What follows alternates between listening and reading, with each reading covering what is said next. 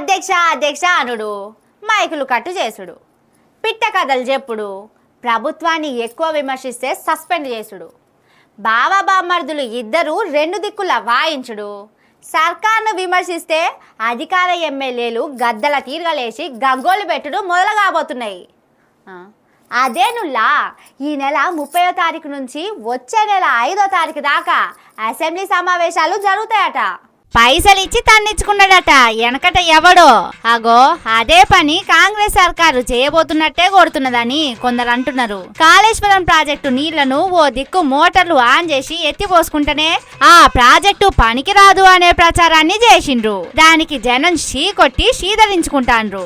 ఇప్పుడు ఆ షీదరింపు తెలంగాణ మొత్తానికి దేశం మొత్తానికి తెలవాలని అనుకున్నారో ఏమో కాంగ్రెస్ పార్టోళ్ళు. కాళేశ్వరం ప్రాజెక్టు మీద పీసీ ఘోష్ కమిషన్ ఇచ్చిన నివేదికను చర్చించేందుకు అసెంబ్లీని ఏర్పాటు చేస్తున్నదట. బీఆర్ఎస్ పార్టీలకు మైక్ కట్టి చేయకుండా మాట్లాడనిస్తే వాళ్ళ ఇజ్జతు వాళ్ళు తీసుకున్నట్టే అవుతుంది గాని అట్లా చేస్తే వాళ్ళను కాంగ్రెస్ పార్టీలు అని ఎందుకు అంటారు? కానీ ఎప్పటి తీరుగానే కాళేశ్వరం గొప్పతనం చెప్పనీయకుండా మైకులు కట్ చేస్తారు. నిజాలు మాట్లాడితే గయ్యమని మొత్తుకుంటారు.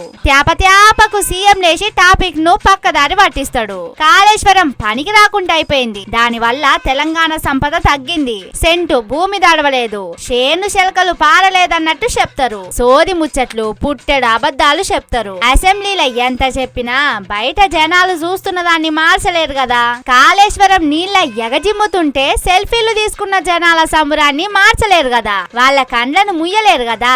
కాబట్టి కాళేశ్వరం ప్రాజెక్టుల అవినీతి జరిగింది అని పీసీ ఘోష్ తోని నివేదిక రాయించి దాన్ని అసెంబ్లీలో చదివినంత మాత్రాన అబద్ధం నిజం కాదు కదా.